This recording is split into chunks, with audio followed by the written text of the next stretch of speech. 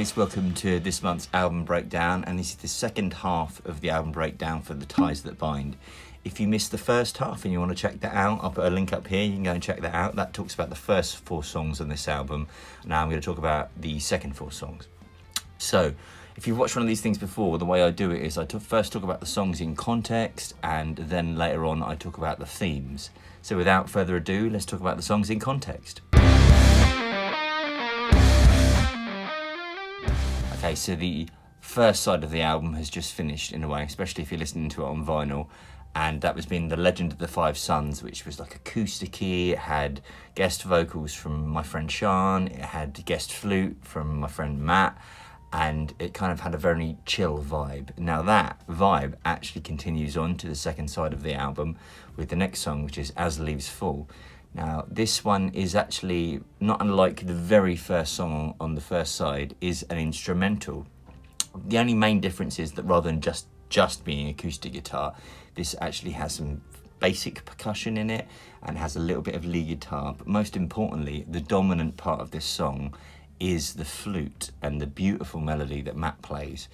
And a lot of this song actually was kind of put together relatively quickly, some of it even a little bit improvised in the studio, and so there is a feel of it that is a very natural feel, which goes with the sort of the themes of the song, which are very natural, foresty, kind of maybe even a slightly autumnal feel to this song. And I'm so happy with how it sounds out. Whenever I play this song, I always feel a little bit more chill after I've listened to it. So really cool song, and definitely more exploring that acoustic sort of chill side of us, which is what this album's all about, exploration.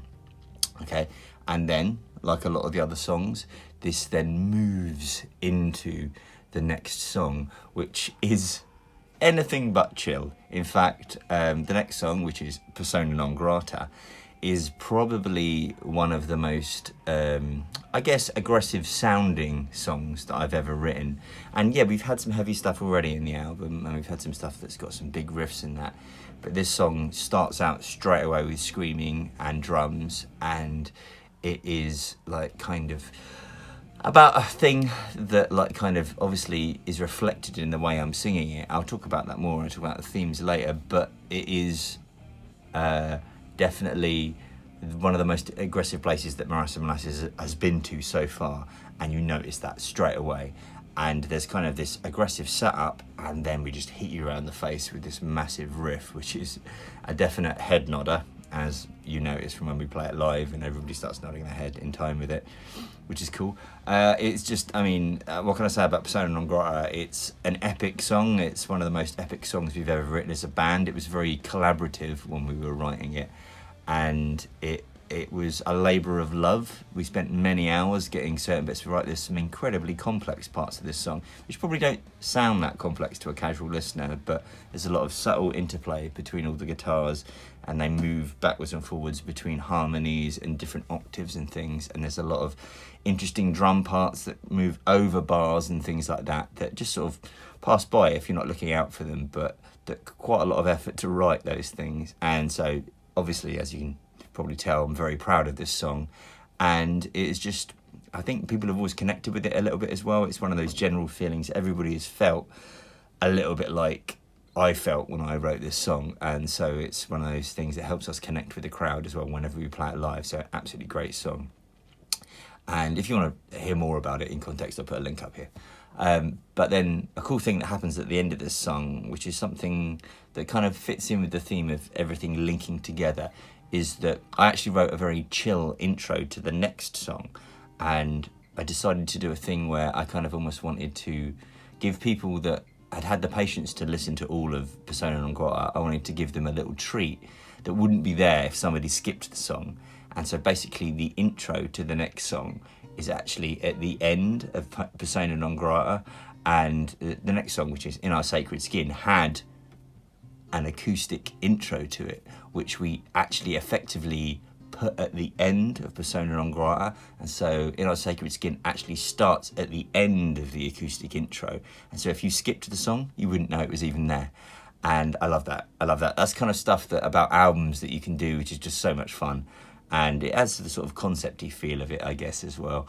And so then In Our Sacred Skin, the next one, This continues on with the sort of the songwriting themes about kind of quite personal stuff, and actually this starts to talk about sort of some of the more intimate relationships that I've had in my life, and it kind of also is another song that is really pushing at the boundaries of what people expect from Morass Of Molasses. I mean, this whole album is about that in general, but this in particular, this song, we do some stuff in this song which is like, I'm impressed we managed to get all the ideas into one song, let's just put it that way, and it really showcases like kind of how much further we can push our music when we have Raj in the band, because he is so much more technical on the drums, and there's definitely some very interesting drum changes in this. So really grateful to have him as a member of the band when we were writing this.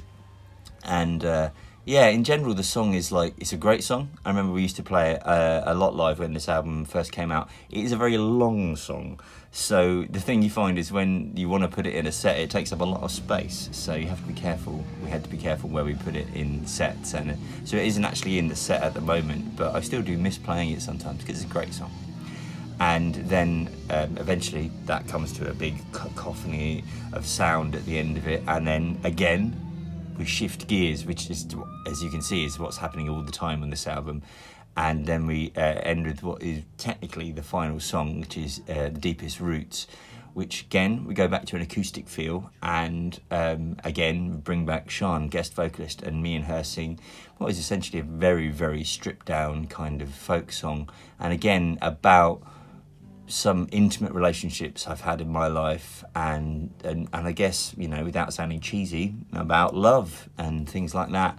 And it is a song which I think is the perfect bookend to the album, because you started with an acoustic guitar at the start of it, and the foresty themes, and we're ending with a song called The Deepest Roots, so obviously foresty themes. And it's just, I love the beautiful interplay between the two harmonies that me and Sian are doing on this. And it's just also, because of the nature of the song, you can really hear my lyrics, and I love that as well, because it's like I actually get a chance to showcase that the lyrics in my songs mean a lot to me, and so The Deepest Roots helps to do that a lot.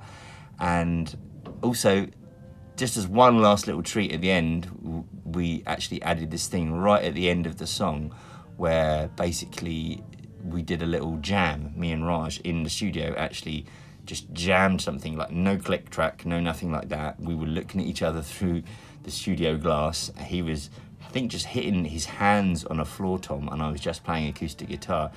And Raj had sort of like suggested this idea of maybe doing something that didn't always use Western rhythms. And so I wrote this a piece of acoustic guitar, and it actually has a thing where the drum part is playing with the guitar part and then moves away from playing with it, and then the guitar part moves to join the drum part, and then the drum part moves away from it. And so if you listen to it, especially on headphones, you can hear the two parts moving in and out of each other, of like, I guess in a Western sense, with our Western ears, you think it's going out of time, but actually we're moving into time signatures that aren't as familiar to Western ears. And I always loved that because it's quite psychedelic and trippy, and it just sort of goes off on one, and there's lots of interesting little layers on that. It's just this perfect chill end to the album as we sort of finish our journey into the dark forest. So yeah, so that's it. That's all the songs in context. Now I guess I better talk about the general themes.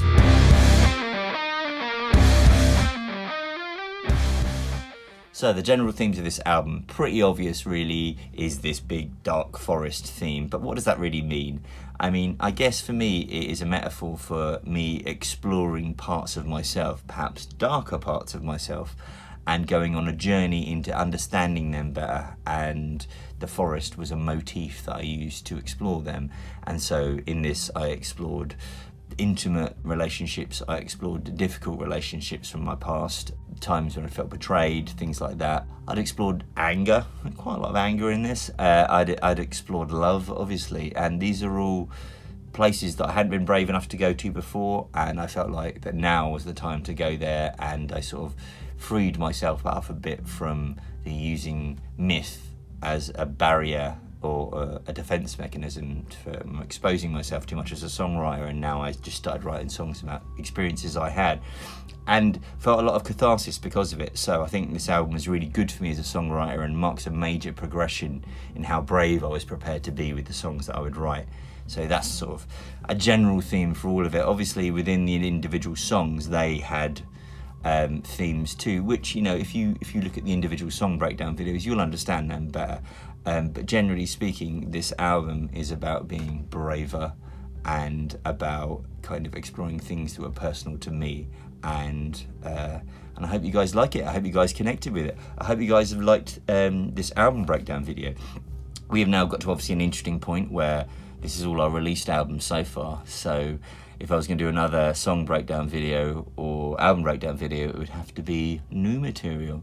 So we shall see what happens about that, and I'll let you know. I'm about to head off on tour, so I'll hopefully see some of you guys on tour, and yeah, hopefully see you again soon. Thanks to all the Patreons, and yeah, bye-bye.